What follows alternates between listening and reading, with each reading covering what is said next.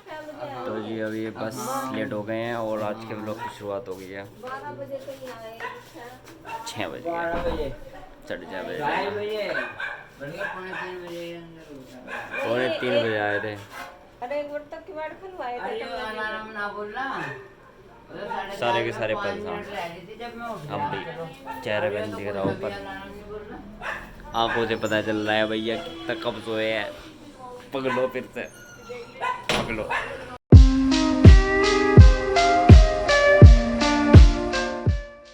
तो जी रेडी हो गए हैं और रेडी होके लेट भी हो गए हैं। दीदी भी इस तरीके से रेडी हुई है और मैं आप सभी को एक चीज़ बताना चाहूँगा, जितनी देर में दीदी रेडी हुई है ना उतनी देर में मैं नहा के आ लिया। तो जी अभी यहाँ पे आ चुके हैं और यहाँ पे योगा चल रहा है पूरे मस्ती से योगा चल रहा है यहाँ पे। और यदि माथा नहीं लगा तो फिर थोड़ा सा वजन कम करने की आवश्यकता है। और वजन कम करने की आवश्यकता है। और जी अभी योगा की दूसरी सबसे बढ़िया योगा करके दिखाया है दीदी ने। बस सुबह को 4 बजे सोने का नतीजा है और इस टाइम पे 7:41। और जी भैया आप यहाँ पे सो जाओ। कोई सा और आसन बढ़िया हो ना हो। ये वाला आसन सबसे बढ़िया मेरा फेवरेट है पर्सनल फेवरेट, क्योंकि मुझे 2 घंटे की नींद मिली। ओ भाई साहब ये अंकल जी बहुत ज़्यादा बढ़िया कर रहे हैं। दोनों में कंपटीशन हो तो ऐसा। यू कैन डू इट दीदी चलो।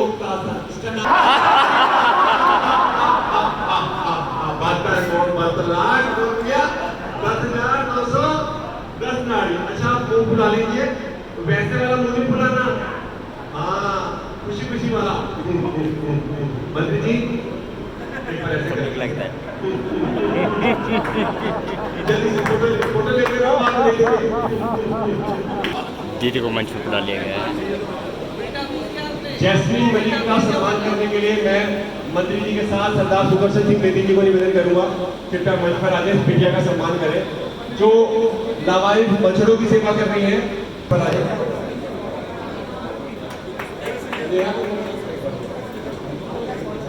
जैस्मीन मलिक मुजफ्फरनगर का सेवा का एक ऐसा नाम, बहन की उम्र छोटी लेकिन काम बड़े। जय हो। मंत्री जी का आशीर्वाद मिलते हुए जैस्मीन मलिक को P K Jain sir director idol kids ji Jasmine बहन से निवेदन करूंगा कि क्या सेवाएं वो कर रही हैं मुजफ्फरनगर में, कृपया उसके बारे में आप सबको बताएं।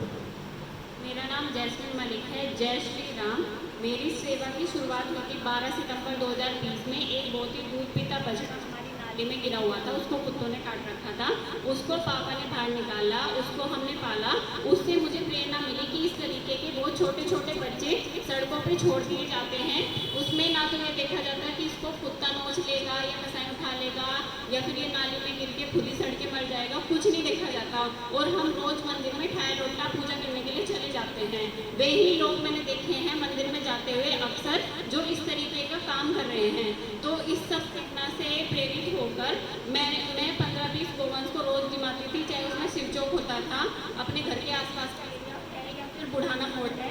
लेकिन मेरी एक के बाद एक करके गोवंश की इलीगल सप्लाई होगी रात के अंधेरे में, तो मेरे लिए ये जरूरी हो गया कि मैं इनके लिए एक सुरक्षित छत का इंतजाम करूं।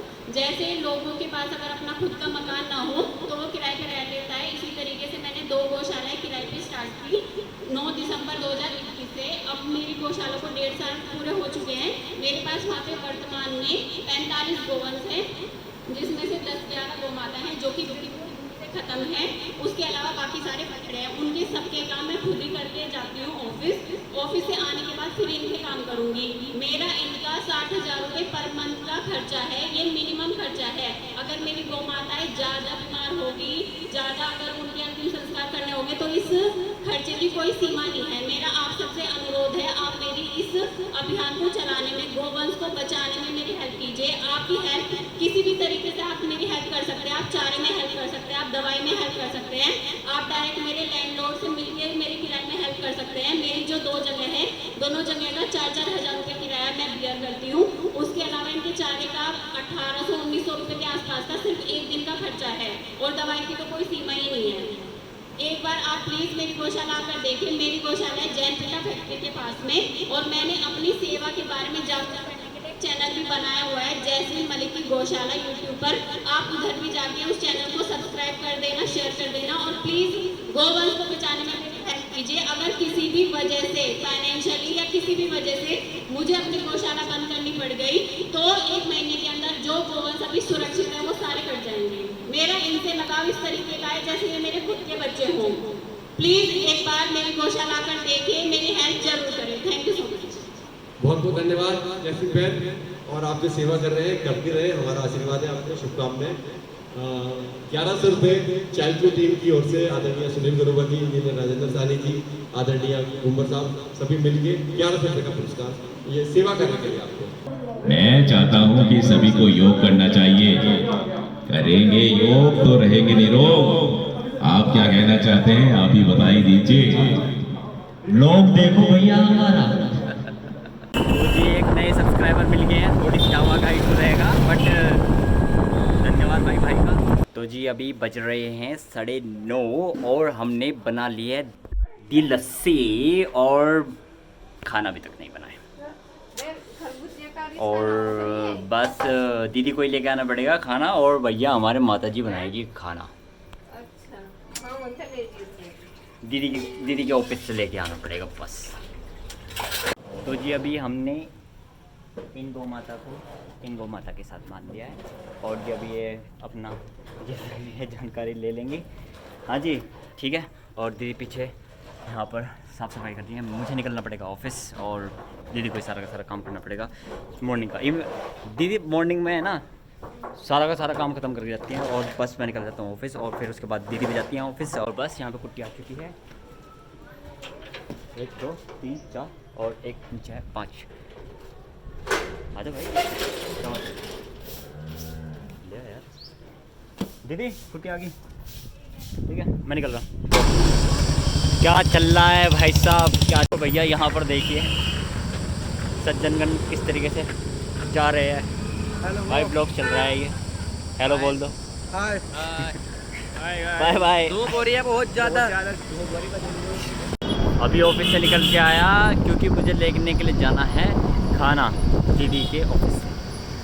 तो भाई इस टाइम पे इतनी पूरी धूप जीवन में नहीं देखी मैंने, इतनी पूरी धूप। और बस भाई थोड़ी बहुत है ना इन पेटों का इशारा है।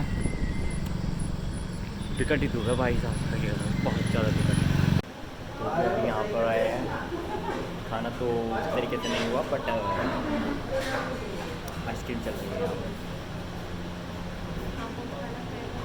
मेरी वाली ले लें।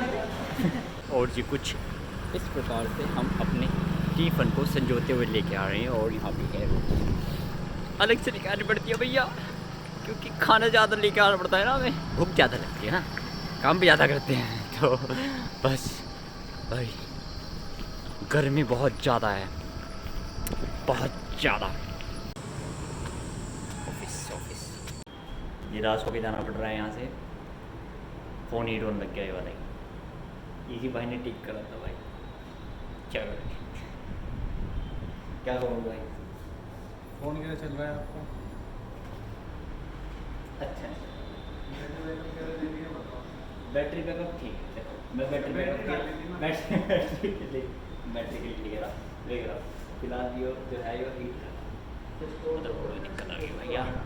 हमारा अभी कम चलना शुरू हुआ था, और बस तो जी अभी घर पे आ चुके हैं, और आने के बाद थोड़ा सा हमने रेस्ट नहीं किया, कपड़े चेंज करके, और बस खाना खा के जा रहे हैं, क्योंकि कल रात हो गई थी भाई बहुत ज़्यादा देर। आगे का तो अल्टीमेट देर थी वो, मेरी लाइफ की अल्टीमेट देर थी, बट कोई बात नहीं। कल एक चैलेंज है वो कंप्लीट करना है, वो है साइकिल रेस में पार्टिसिपेट करने का, जिसके बारे में मुझे बस इतना पता चला है 7 बजे की है। जगह के बारे में मुझे अभी कंफर्मेशन नहीं है, मेरे पास अभी कॉल आएगा। हार्ड वर्क करना बहुत ज़्यादा ज़रूरी है, और बस इसी में लगे रहते हैं। कैसी है ये पूरियाँ, कोई हल भी नहीं, कल भी दुआ ना नहीं होना, परसों भी नहीं। भाई भाई साहब एकदम कुरकुरे टाइप का स्वाद आ रहा है इसमें, टुट्टी हुई तो आया पर टिंचक मज़ा आ रहा, ढिंचक पूजा वाला मज़ा नहीं, एकदम टिंचक मज़ा आ रहा। हरी को उठाया गया है वैसे ही स्टूल लगा के, और मम्मी आगे के पैरों को संभालती हुई, दीदी ने पीछे का पूरा पूरा संभाल रखा है, पर इतने से भी काफ़ी नहीं है। पर पता ही नहीं क्यों दीदी इतनी हम सेवा करने लग रहे हैं इनकी। कोई इधर से उधर घूम लेंगे ज़रूर, पर हेल्प नहीं कराने के। आपने कभी लाल बंदर देखा? और कैप पहने हुए। ये मेरा भाई है। अच्छा आपका भाई हो? कोई बंदर ना कह दो बिल्कुल भी। चाहे आप कितनी बार बंदर कह दो। हाँ डिस्टेंस तो दिखा दो नीचे का। बस इतना जरा सही है।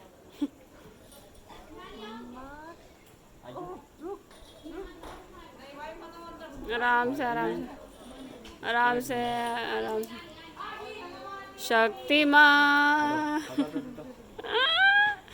नीशु को देख कितनी टेंशन हो रही है। पीछे से लाइट आ रही। वैसे नहीं गिरता, मैं वैसे गिर सकता। सेकंड गौशाला के लिए पल बांधते हुए ये हो गया इनका सबसे बढ़िया हिसाब किताब। झाड़ू लगाने से पहले झाड़ू बनानी सीखनी चाहिए, ठीक है? ऐसे करो और ऐसे ऐसे ऐसे ऐसे 2 बार कर दो, नहीं हो ना ऐसे कर लो बस, फिर उसके बाद झाड़ू लगाओ। तो जी अभी यहाँ पर आखिरी में पहली वाली गौशाला का भी काम खत्म हो चुका है। वहाँ पर दीदी खड़ी हुई हैं और जी यहाँ पर निश्चित दीदी सारा का सारा जितना भी बाहर का थोड़ा बहुत कचरा है वो वैसे बनने लग रही है। और बाय द वे आज जो लेट हो गए हैं वो लेट इस वजह से हो गए थे कि एक अंकल की हमने जो पछिया थी उनका अंतिम संस्कार करवाया था, तो इसी वजह से लेट हो गए थे। और भैया आप भी अगर जो किसी की इस तरीके से हेल्प कर सकते हो बेझिझक होकर हेल्प कर दिया करो। मैंने भी कईयों के पास फ़ोन खटकाए थे बट अनफॉर्चुनेटली वे कहीं और बिजी थे। और चलो कोई बात नहीं, इस तरीके का होता रहता है। बट जितना भी हो सकता है ना उतना सबकी मदद करो, मदद करना सीखो, सबसे अच्छा पूरी दुनिया में इससे बढ़िया और चीज़ नहीं है। और वो भी भैया गोवंश की मदद करना परम सिद्धि है, बस इतना ध्यान दो। और बस आज के ब्लॉग के लिए इतना ही। उम्मीद करता हूँ आपको ये वाला ब्लॉग अच्छा लगा हो, और इसी नोट के साथ आज का ब्लॉग यहीं पे आए। जय श्री राम।